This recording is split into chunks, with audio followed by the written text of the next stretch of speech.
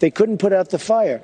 What they really treated the world badly on, they stopped people going into China, but they didn't stop people going into the USA and all over the world.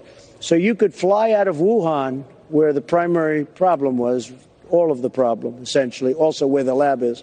But you could fly out of Wuhan and you could go to different parts of the world, but you couldn't go to Beijing and you couldn't go to any place in China.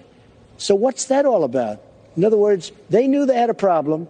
I think they were embarrassed by the problem, very embarrassed.